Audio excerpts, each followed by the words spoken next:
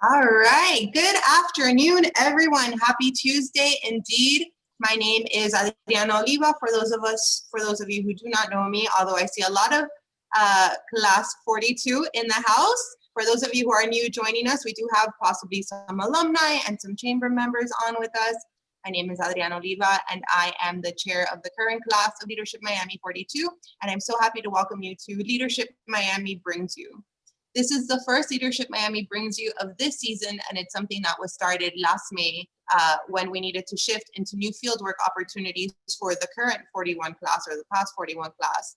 And so we did this as a fun trial run with New World Symphony. We had a cello fellow who performed a one-on-one opportunity performance.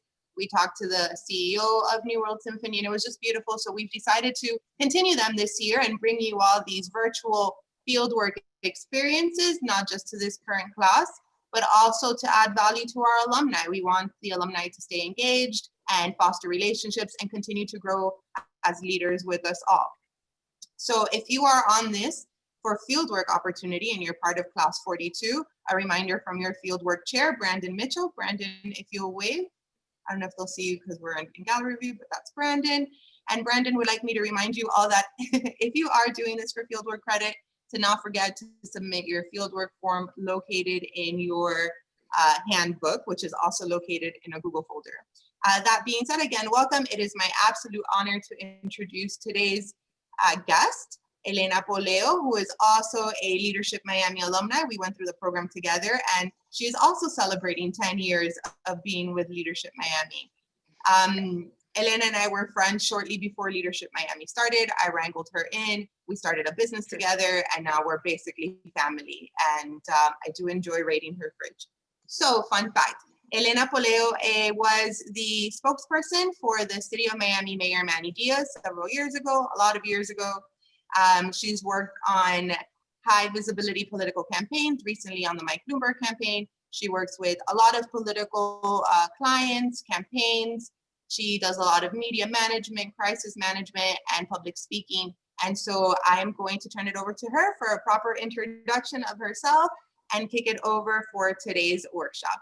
Thank you, Helena. Thank you so much, Adriana. And yes, this is my 10-year anniversary, which is kind of incredible. I wanted to, so basically, yes, she was correct. I was spokesperson for Mayor Manny Diaz 10 years ago. It's about, well, more than 10 years ago. But before that, I was a journalist. I was a reporter with the Miami Herald, with the Nuevo Herald. I covered municipal government. I covered Tallahassee. I covered immigration. And before that, I was a foreign correspondent for Venezuelan publications. So I've been spokesperson. So I went backwards, right? So I was foreign correspondent, reporter for the Miami Herald, spokesperson for Mayor Manny Diaz, then spokesperson for Florida Power and Light, then spokesperson for the city of Doral when it was, just a swamp, basically, a little more than 10 years ago. And then I started Influence Communications, and this is also my 10-year anniversary of having started Influence Communications. So this is kind of like a packed year without even counting COVID and a presidential election. So I do work with a lot of political campaigns. I have worked in the past 10 years with many political campaigns, and as well as corporate clients, as well as nonprofits. So I like to think that I have a little bit of everything of experience. I have a presentation for you guys. And at the end, I think that we could just hold the questions to the end, Adriana. I think that's what you want to do. Either you put them in the chat or just hold them till the end. And then everyone's going to get my contact info, and I'll be happy to answer any additional questions that you could have after this talk. I think we have an hour, right? Okay, great. So please bear with me and my very limited technical ability as I will try to share my screen. Can everybody hear me okay? No problems? Okay, cool.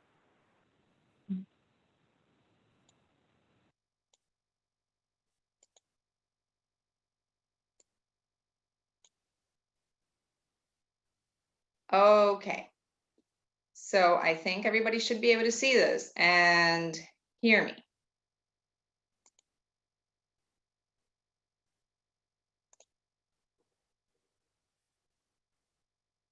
Okay, so public speaking, media management, and crisis communications. We're going to talk a little bit about all of these things because they are all interconnected. I do courses on each of these separately. So you guys are all welcome to join me for that at some point. But I think that they obviously have a lot in common. So we're going to go ahead and put them all together. So here is usually when I do these in person, I like to do, one-on-ones where I ask everybody as to what their experience is. So I'm going to go ahead and try to do a show of hands because I can't really see the screen, right? Because I'm sharing. So I would like to do a show of hands of anybody that has has any media interview background. So I can just kind of gauge. Adriana, you can raise your hand. Okay, Karen, all right. So I wanted to also ask who here is more interested in the public, oh, that's good, the little thumb up works. Who here is more interested in public speaking aspect of this, okay, public speaking, excellent. Do any of you know what crisis communications is or has had to deal with it in their organization? Okay, yes, so we're going to touch on that a lot, and we can always do a follow-up, Adriana, if that's okay with you, because this is a lot to cover in an hour. Usually each one of these are like 2.5 hour chats, but it doesn't matter. It's okay. We'll do the best that we can, right? So I'm going to go ahead and share my screen again, just so that I have an idea. I wanted to get an idea of what you all were mostly interested in. Okay, so the art of public speaking. All right, so public speaking, I think, is connected to, it has an objective. You don't just do public speaking to speak publicly because it's fun. It really has an objective. You're looking to convince or to move an audience. And to achieve this, it is necessary to get their attention and keep it, and make sure that they understand what you're trying to say. So we tend to focus a lot on our message, which is good. And we're going to talk a lot about messaging here. But you also have to think about how you deliver and how you communicate your speech. So we worry about what am I going to say? What am I going to say? But we get so focused on the message that we don't think about our actual delivery. What we say without words will have a great impact. And this will, as we go forward in this presentation, you'll understand how to prepare for all of those things. So I'm going to give you some simple and effective public speaking tips. Now, the best way to not worry too much about your message is to be prepared, to know your message. That is the most important part to me, because once you have your preparation and you know your message and you've practiced it, then you're not as stressed about having to get the message across. You're able to just say your message and talk about your delivery, think about your delivery and how you speak to your audience. So be aware of your body language. Make sure that you don't fidget, that you don't look nervous. And all of this stuff is important by going back to being prepared. So you need to practice in front of a mirror, with friends, with distractions. Try to practice with a dog barking or with somebody getting up and going to talk on the phone. Get your friends to volunteer and help you practice this.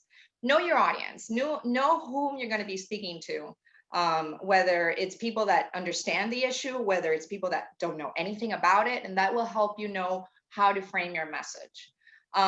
Exercise eye contact and speak slowly. One of the things that we tend to do either on media appearances or speaking publicly, even I have to remind myself, I'm actually in a hurry here, but so that I can get all the information to you guys, but speak slowly. Even if it feels weird, it's not weird. You have to force yourself to speak slowly so that we can understand what you're saying. And you're going to be nervous, so you're going to tend to speak quick. And so you have to remind yourself to speak slowly. Add a personal style, an anecdote, something that happened to you, so that you can bring the personal background into the speech, it will capture people's attentions and make it more memorable. And try to enjoy yourself, or at least look like it. The good news is that the more that you do it, the better you get at it and the more fun you have. So take every single opportunity that you can take to speak in public, even if you hate it. I would even say, especially if you hate it, because that will give you even more experience. And if you get yourself to speak in public a lot, and even the small things, even if it's teaching a class or doing one of those principle for a day things with kids, which it takes a whole lot of patience and a whole different set of skills, but you practice all of these things of speaking in public. Now, there is a difference between speaking in public and actually doing an interview with the media. For example, there are a lot of things that you need to take into consideration when you're doing a media interview. So an interview is a conversation between a journalist and a person with a specific set of knowledge about an issue. There'll be a series of questions or affirmations raised by the interviewer, and on which the interviewee gives his answers or opinions. A lot of the times, the journalist will, in this case, you can see in the picture, this was a radio interview / conversation where I was going back and forth with these two journalists, and they give their opinion, I give my opinion, we inform while we give opinions.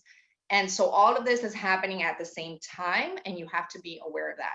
Of course, as you know, there are many different ways to do an interview: on radio, which is what's on the screen, television, online, newspapers, magazines, now social media, which I consider online as well. So there are a lot of different outlets that you can do an interview with, and each one has its nuances and its differences. So let's say that you are the designated person in your company or in your organization, or wherever you have this contact with the media, and you get an interview request. Okay. So what do? These are all the details that you need to have. And I'd like to add that I will be happy to share this presentation with Adriana. She can share it with you guys. So of course, the basic thing is the name of the journalist. What if it's radio, if it's TV, if it's print, if it's online. A lot of radio stations, for example, don't just do radio. Well, now everything's on Zoom, but they don't just do radio, but they also live stream it. So you have to be aware of that. What kind of a show is it? Is it an open, like they open the phones and people can call in? Is it a 15-minute quick show? They just want general experience? Are they going to have, live calls? Is it going to be one host, two hosts, three hosts? All of these little details. Think about your audience. So ask them once you ask what the outlet is, then it is your job to find out what the audience is, depending on what schedule it's on, what station is on. It'll give you a little bit about who the audience listening to you is. Format. Is it going to be live? Are you going to record me? And then, you're going to pre-record, and is it going to be live to tape, which is basically that they tape it, but they act like it's live, so they can't go back and edit it. So all of these things are things that you need to know. If it's going to, what time is it going to be broadcast at? That's very important. If it's going to be taped, you need to know when it's going to run. And of course, how long is the interview? Are they going to have you there for 5.5 minutes? Or are they going to have you there for 45 minutes? That's very important to know. And of course, the subject matter is very important. What are they going to ask you about? Why do they want this interview? And don't be afraid to negotiate with a journalist, okay, when they ask you for an interview. Don't just say yes, yes, yes to everything because you really want to get on the media. Take a beat, take a breath, and say, okay, well, let me ask you these questions, okay? So don't accept or decline the interview automatically. Be always professional, even if maybe they're calling you from an outlet that hasn't been friendly to you in the past, or that you don't like the host, or anything. Always be gentle, always be friendly, and always be professional. The last thing you want to do is to create enemies when you don't need to. Emphasize on needing this information that we talked about before, before you start, before you agree to anything. Even in this pre-interview, don't say anything that you wouldn't want to see printed, broadcasted, thrown on Twitter, thrown on Instagram in a story. Make sure that you don't say anything to this producer or journalist that you are not comfortable with it being public. And remember, sometimes the one that calls you isn't the actual journalist that's going to do the interview, it's a producer. So you need to ask that producer, who is the host? And what are they like, if you don't know who they are. But remember that the person that's calling you isn't necessarily the one that will be doing the interview. Try to stay calm. Like I say, just take a beat. Just breathe in, take a beat, and be calm. I am a big, firm believer to never say no comment or, hey, this is off the record. If you guys look into my social media and to Influence Communications, we post tips every Tuesday. And I believe the last Tuesday we didn't do one because it was election season and we were all running around like maniacs. But the Tuesday before, I posted, never go off the record with a reporter, because this off the record ends up being on the record eventually. They will either comment it to somebody. Eventually, it gets out.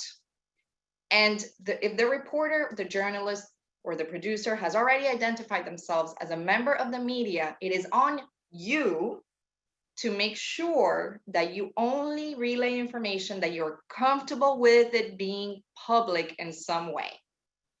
Now, let's say that you agree to do this interview. You can establish parameters for the interview. For example, I do a lot of issues about Venezuela, but I also consult with the Venezuelan American Chamber of Commerce here in Miami.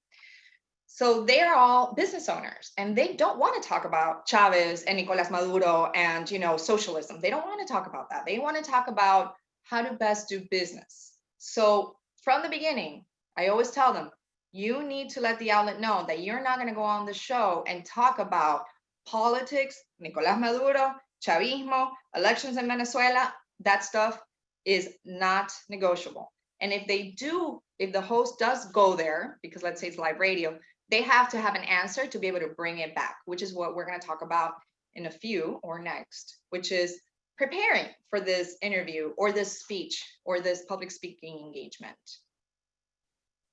So again, I have to keep harping on this. Many people think that they don't need to prepare because they feel confident that they know the subject so well. Well, this is wrong, because just because you know the information, just because you're comfortable in a subject doesn't mean that you're able to talk about the subject comfortably and in a way that gets your point across.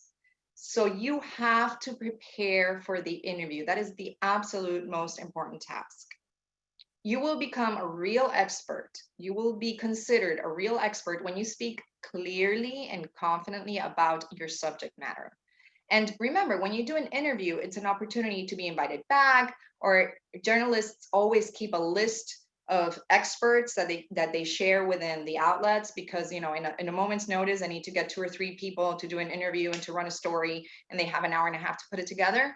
They go back to their trusted expert list, and you want to be on that list if being on the media is what you want to be, what you want to do. But you would more generally, you want to be on that list. So to do that, you have to sound knowledgeable and you have to practice your message with what you want to say, which is a huge part of what I do in my workshops, is just sitting down and preparing the message. When I do my media training workshops, we sit down and actually write out the message and practice in front of a camera over and over how to say it.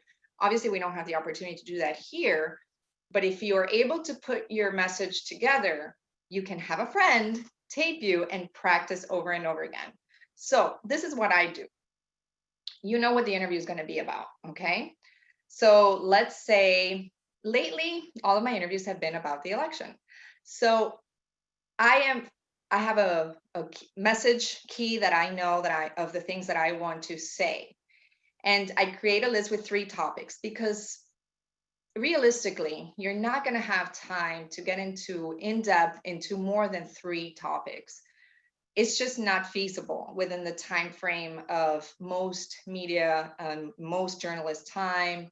They get very few inches. They get, just 2 minutes. A 2-minute story on TV is like huge. The only outlet that will let you just kind of go on and on is usually radio. And of course, Now we have social media where you can do, you know, a 30-minute show with one person doing an interview. But even in 30 minutes, if you have 3 key messages that you want to get through, that is plenty. So each message needs to have a short answer and a long answer. The short answer is, you can think of the typical soundbite. It's just the quick answer to the journalist's question. And the long answer is if there is time for you to go into a longer explanation, it expands on the main topic. But you should go in with no more than 3 specific topics or 3 specific points that you want to get across. If this is, for example, publicity for a book, let's say that you're an author and you wrote a book. Well, your first one should be, you know, what is your book about? You should have a very short answer and then a quick, you know, a longer, not super expansive, but a longer answer that you could maybe go into in longer interviews.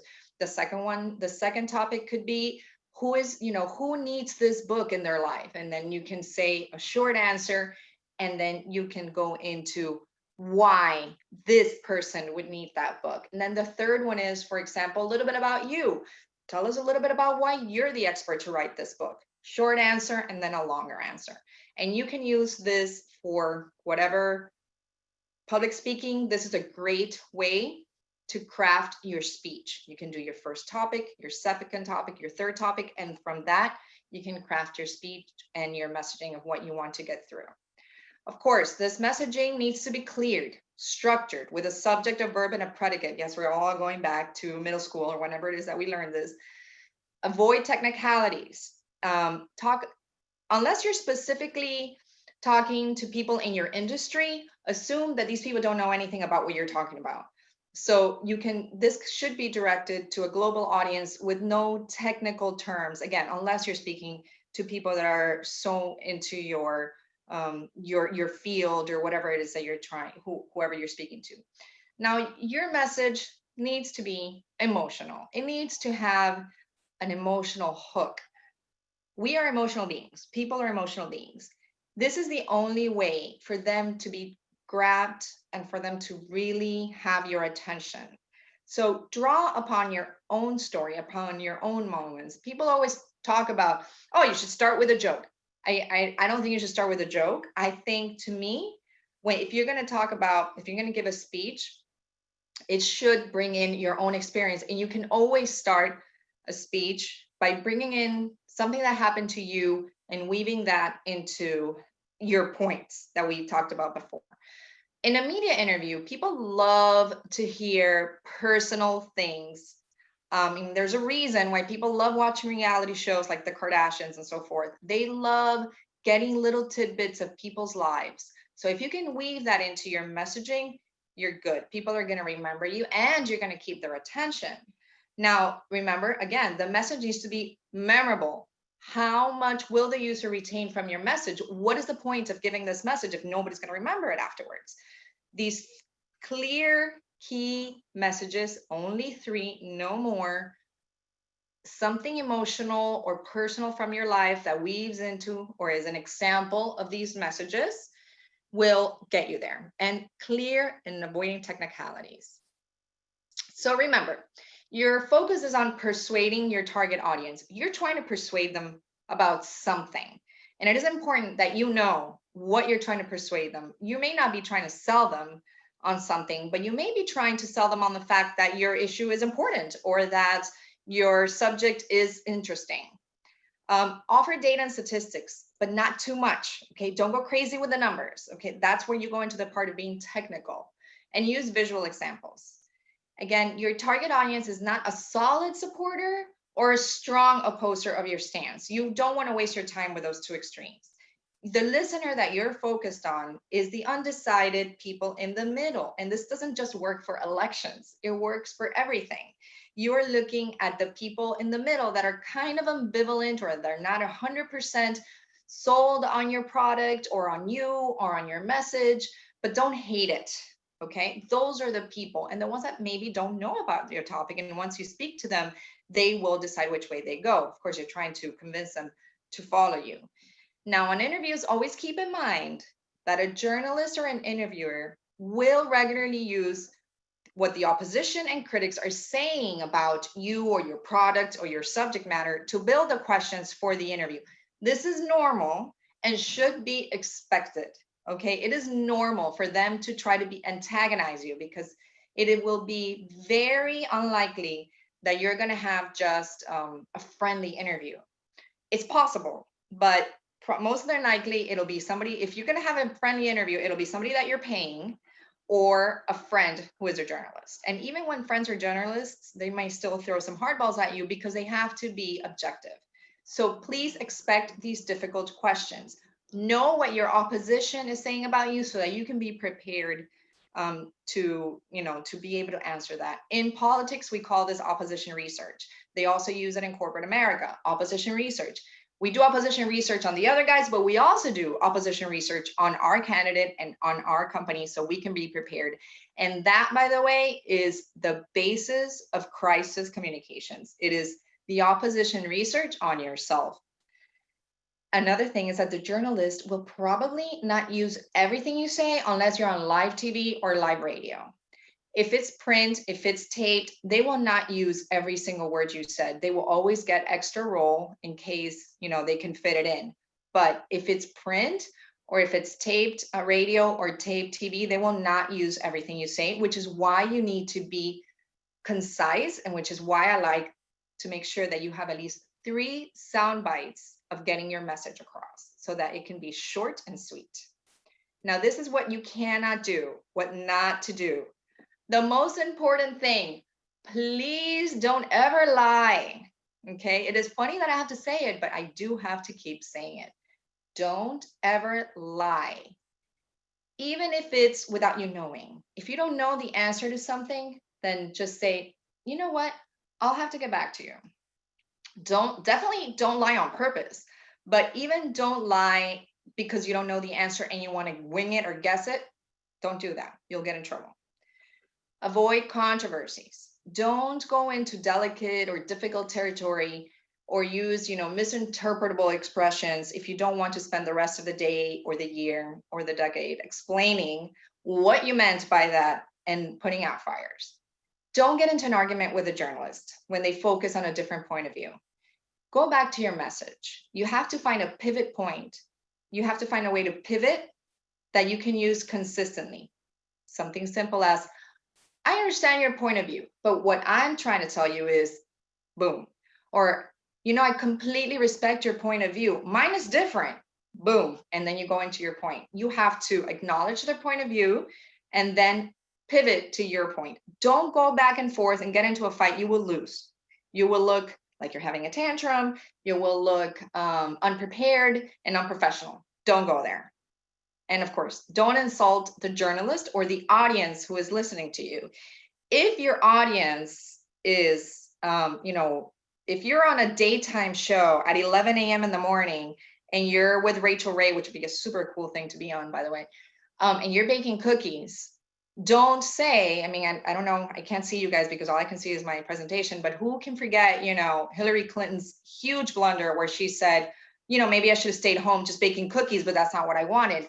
That is a way to insult your demographic and your audience that is completely unnecessary.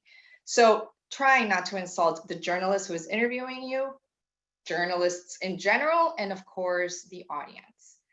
And this also ties into don't respond with hostility or emotionally. Stay calm and stay professional. So dealing with difficult questions. This is going into the world of crisis communications quite a bit.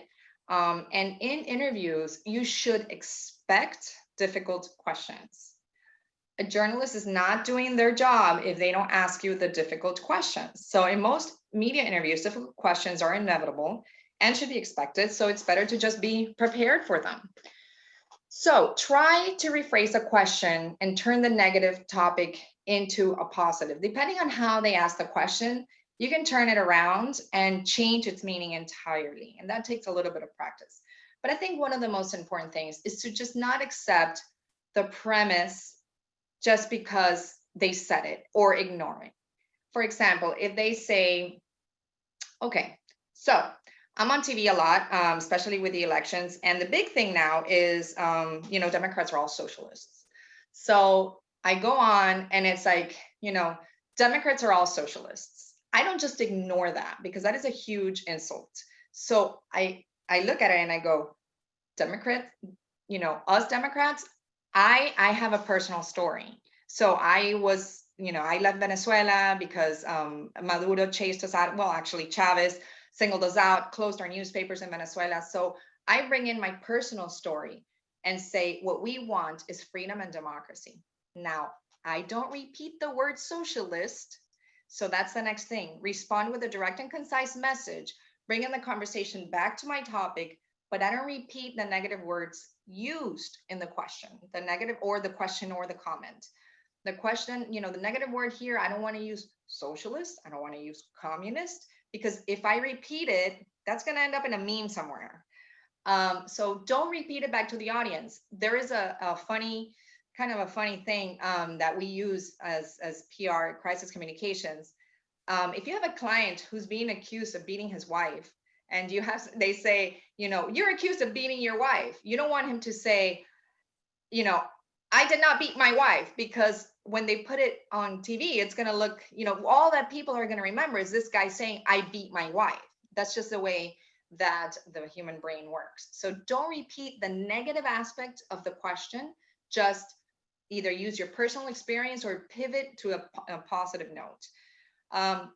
If you're in representation of an organization and your personal opinion doesn't matter, then you need to make sure that you say, my personal opinion is not the issue here. What we're talking about is boom, when it's about the opinion of others, refer the question to the appropriate authority. Like if they're asking me, what the mayor of another city thinks about this, I'm going to have to say, I'm sorry, but I would say that you would need to ask him that question.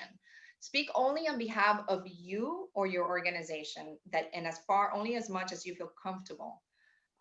If you're there representing the green or environmental aspect of your company and they ask you something about finances, then you need to say, I am not qualified to answer your question, and we would love to get you somebody that is qualified to answer your question. So make sure that you don't, tie yourself up in knots trying to answer something that is not your issue. And also don't say, oh, well, I love spending money. If they're asking you about finances, if your opinion doesn't matter, if you're there speaking on behalf of a corporation or an organization, you make sure that you make that distinction. And again, like I said, if you don't know the answer to a question, you say so, and you say, we'll get back to you, or I will get you somebody that can answer that question for you. But never lie or try to guess, because that's how you get into trouble, because they will just repeat this information. And then they will say, Mary from FPNL said this, and it must be, it has to be true because she said it and she's in the organization. And that will just cause a lot of trouble that nobody needs. So let's say that you are an organization with possible guilt, that there was an issue, something happened, and perhaps the organization did something wrong. I am one of those, I really firmly believe, and I tell that to all my crisis communications clients, that they need to own up to it. They need to step up quickly, ahead of the game. Own up and move on. Say how you're fixing it and move on. Yes, we accept responsibility. We should have made sure, that we had cleaned the drains before this tropical storm because we had the funds to it. We have now started cleaning the drains and we are preparing. And then you shove as many press releases, pictures, and stories of your workers on the street working to help with the flooding in your city. That's just an example. You own up to your problems and you say how you're fixing it. Then you change it again.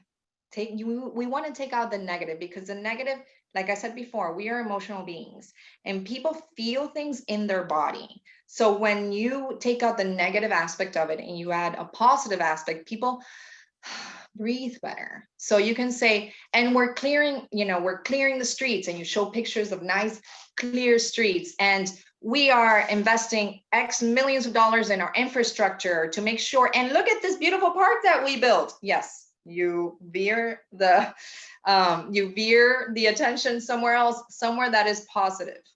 Okay, so you admit guilt, you say how you're fixing it, and you move on to something positive.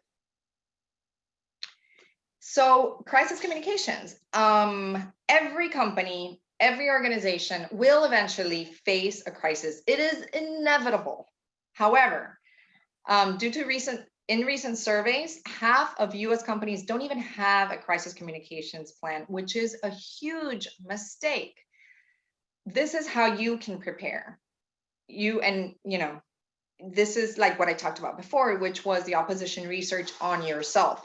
Do a vulnerability audit.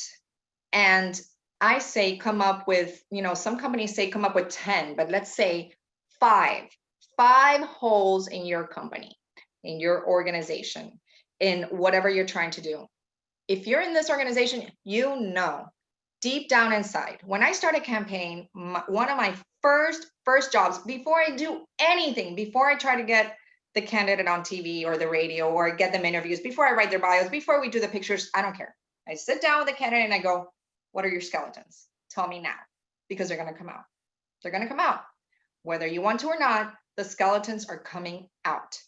The candidates always know what their skeletons are. And so do big corporations. They know, they pretend they're not there, but the skeletons are there, and chances are somebody will find them. So do a vulnerability audit, create talking points to address these skeletons. Using the talking points techniques that we spoke about before, messaging, own up to it, this is how we're fixing it, pivot to something positive. Create this plan so that when S hits the fan, you're not running around like a maniac, but you have a plan and you're nice and calm because we planned for this, we got this. Very important to designate a spokesperson. The spokesperson could be the president of the company, or if you have a PR department, then it's your media relations person, or whomever you have in your organization that has enough knowledge of the general issues and is comfortable speaking in public. It is unfair to throw somebody as a crisis communication spokesperson that doesn't have the ability, the practice to speak in public. So try to find somebody with these characteristics, and then practice. Pretend that you are having this crisis. Pretend that this has broken in social media, that it has opened up in blogs, that this information is out there. Practice, practice, practice. Get somebody to play devil's advocate. This is what I do for my clients. And you ask them the difficult questions. And you pretend that you are the bad reporter who's asking these questions. Once you're prepared, you feel much better. So that is definitely something that every organization should do. How to respond to a crisis? Well, stay calm and follow the plan that you created. Update your talking points, because you may have created this plan, 2 or 3 years ago, and life could have changed. For example, COVID. Everybody had to go back and redo their talking points with COVID.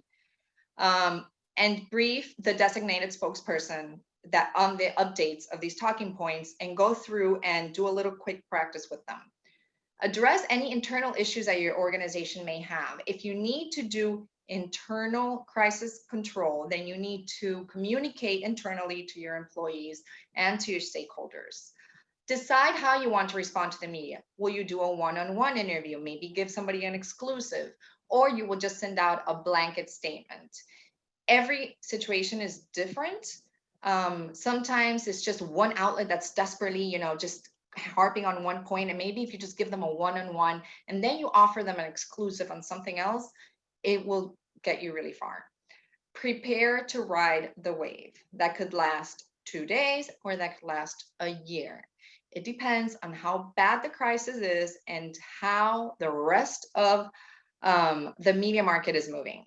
If you had a crisis going on right now, unless you're like a huge company or it's a huge deal, you're a huge celebrity or a huge, politician, nobody's gonna be watching, because between the election mess and COVID and storms, nobody cares. So it depends on where you could get lucky. It could be in a cycle that is not interested in you, or it could be in a dull cycle. What I always like to say, in summers, all of a sudden, all the sharks are biting because there's nothing to cover. So if you have something, if it happens in a lull in the media market, then you're in trouble, and just prepare to write it out. Again, don't just say no comment. Always have a comment ready, even if it's vanilla, which is, you know, something along the lines of or let's say there's some sort of alleged criminal activity within the organization. Our organization is, cooperating with the authorities every step of the way, and we take this these allegations very seriously.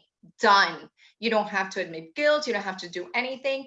Usually, if there's a crisis situation, there is a law department involved in what's going on, and you have to work in conjunction with the law department or the lawyers that represent the company or the organization, and make sure that they see any statement that goes out before it goes out, because it could, affect their legal response. So always work in tandem with the legal department.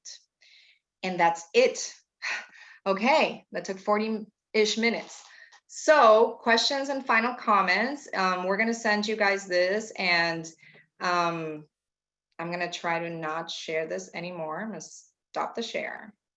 Okay, all right. I didn't see, can anybody hear me? Can everybody hear me good? I couldn't see any of the comments because my screen was just my presentation.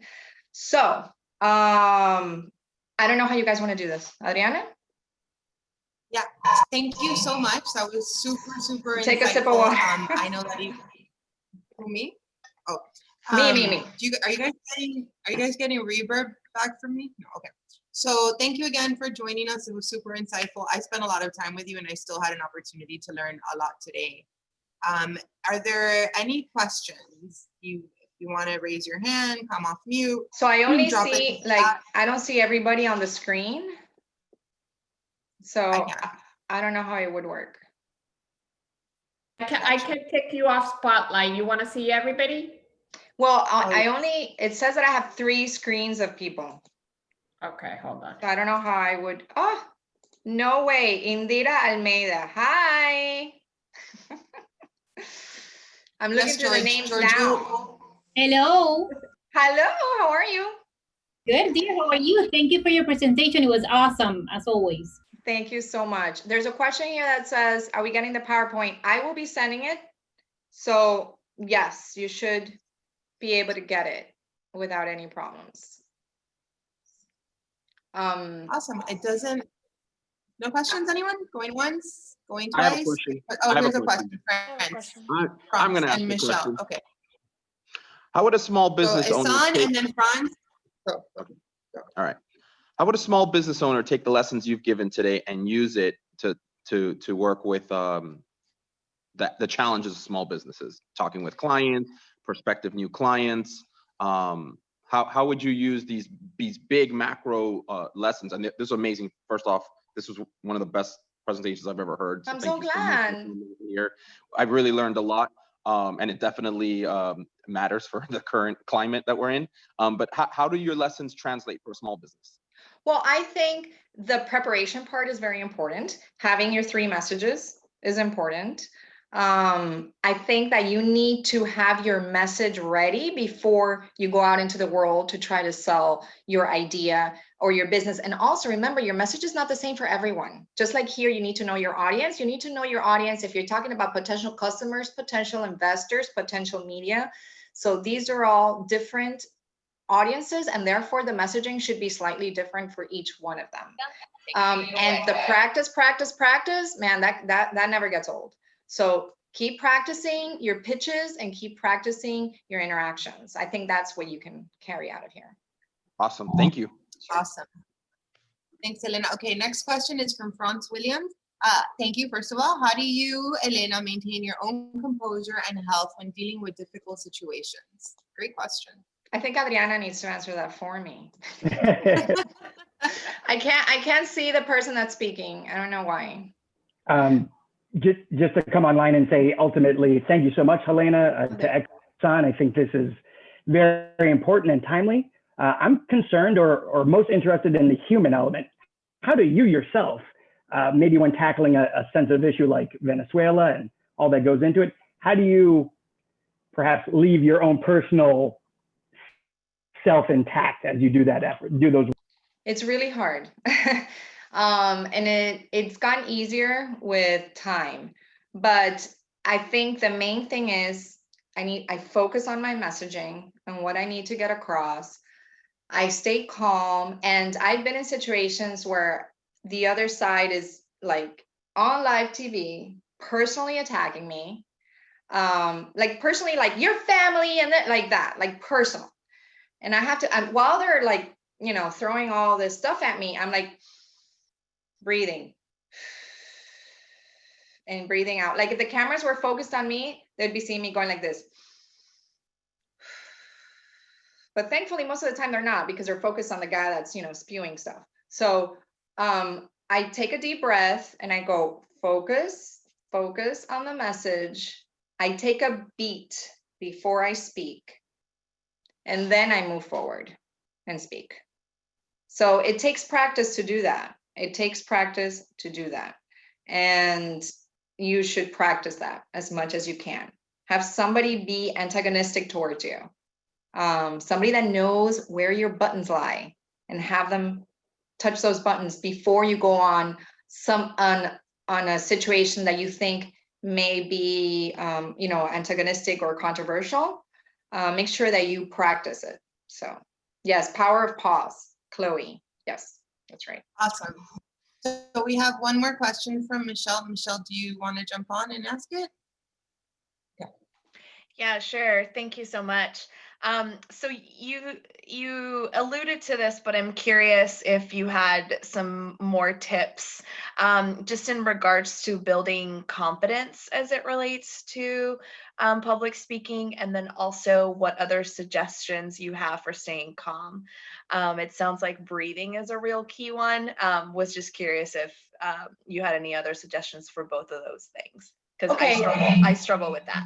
Yeah, I do too. I mean, Adriana knows, I do too.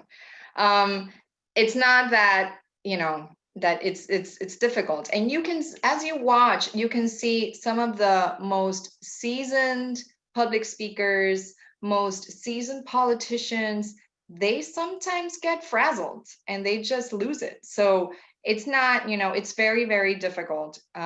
Practice is the best thing that you can do, because if you practice a difficult situation, and athletes do this, right? And the military does this. They do their practices in the worst possible conditions, so that when they are doing it in the easy conditions, it's fine. You know, that's what you want to do, is you want to pretend you're in the worst possible condition.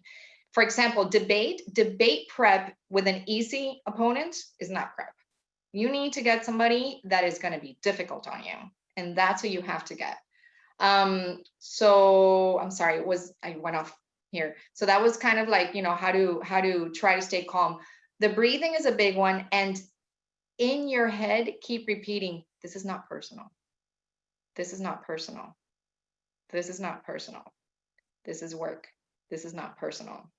Keep repeating it to yourself, because there are points where you really need to remind yourself of this, right? And just try to pep talk yourself. This is not personal. Stay professional. This is not personal. Stay professional. And the part about practicing, say yes to every single public speaking engagement, every single one. It doesn't matter where, it doesn't matter with whom, just say yes. Yes, I'll be there. Yes, I'll be there. Yes, I'll be there. Yes, I'll be there. I mean, I've gotten to a point where most of the time, there are only like 2 or 3 reporters that I won't go on their show, because it's too annoying. But the rest of them, they know, hey, can you, yeah, no problem. I say yes to everything at this point, because I already know the shows. I already know the hosts. They already know what I'm going to bring to the table. Like, it's already, you know, we have a very symbiotic relationship. But at the beginning, yes, ask all those questions that I told you.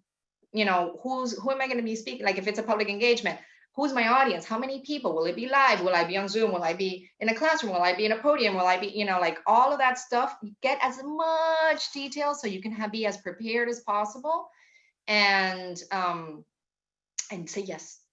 Say yes. Unless you really, really, really, really, really want to say no, because you don't like the people, you don't like the organization, you don't believe in what they do or whatever. But in general, say yes to all of them. And the more you do it, the better you'll get at them. I mean, I've been doing this for a long time, so it doesn't happen overnight, but you will see improvement every single time you go. And if you can, take a friend like Adriana, who will tell you what you did wrong. Yeah. So, you know, always take Or else criticism. Yeah, or we sit there and talk about what the other guy or girl did wrong too. Well, most of the time you usually like to talk about what the other From person it. is wrong, but yeah. So my husband is a very big critic of me. He will tell me, oh, you should have said this, or you did that, or you were fidgeting, or you whatever. My mom used to like to tell me, you never wear enough makeup. So, you know, make sure that everybody has, you know, everybody, and take their criticism and think about it and say, well, maybe, you know, okay, mom, maybe I'll wear a darker shade of lipstick next time.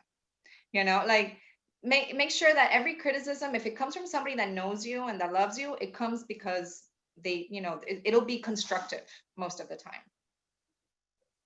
Elena, we do have one more question that just came into me via private message from Will Diaz Resolu, one of our project co-chairs for this year, also celebrating his 10-year anniversary with Leadership Miami. He'd like to know, how do you handle clients that are not on message or that go rogue? How do you at least convey to them that they should follow your guidance, thinking in terms of conflict resolution? Oh, those are my favorite. Yeah. So people will be people, right? There's nothing you can do about that. And I can practice. The only thing, once again, is try to practice as much as possible, because my hope is that we practice that message so much that it'll be easy for them to grab for it and be able to say it. Most of the time, I know where they're going to go rogue or why they're going to go rogue, and I try to give them an alternative. Okay, this happened to me many times. The other thing is, if you're going to give a client a message, make sure that it's a message that they agree with. Like, don't try to give them something that would be completely alien to their brain, that they wouldn't be able to say in a convincing manner, because it'll show. So then you're going to end up losing, right? It'll show that it's not believable to them. It doesn't really feel, you know, they don't feel it. So make sure that when you're working on your messaging, it's something that feels true to your client, and that is something that they'll be able to say comfortably and convincingly. Your clients will go rogue.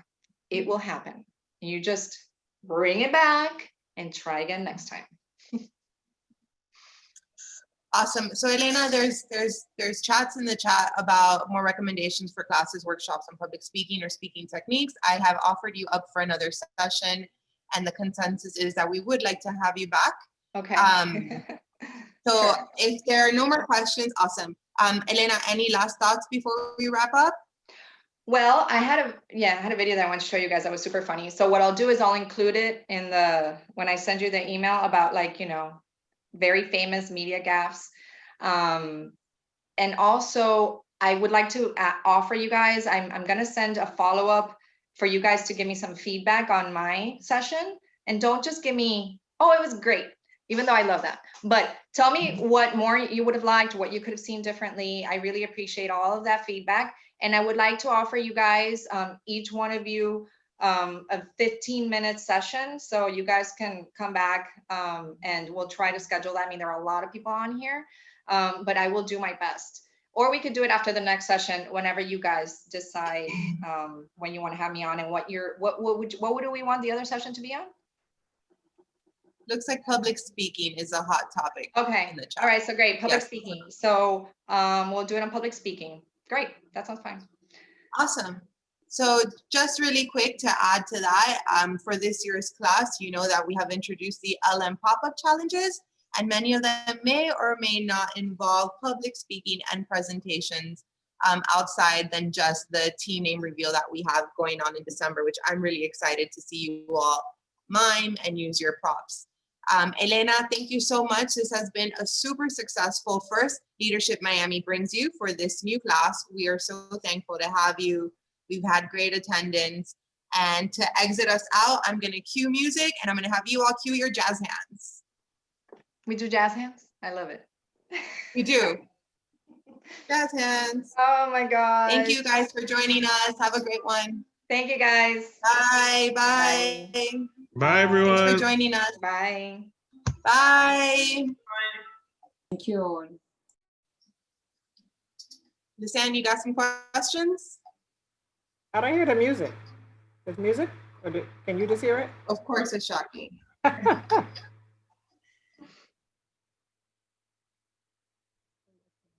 What is that? I don't know how to. There it is. It's going in and out. All right, I'll make my own music. Hi, everyone. It's slow, chill music. Yeah. Did Well, it is only 1 o'clock, so can't go too Awesome. crazy. Well, I think we're done. Yes. Can't get too. All right, lovey.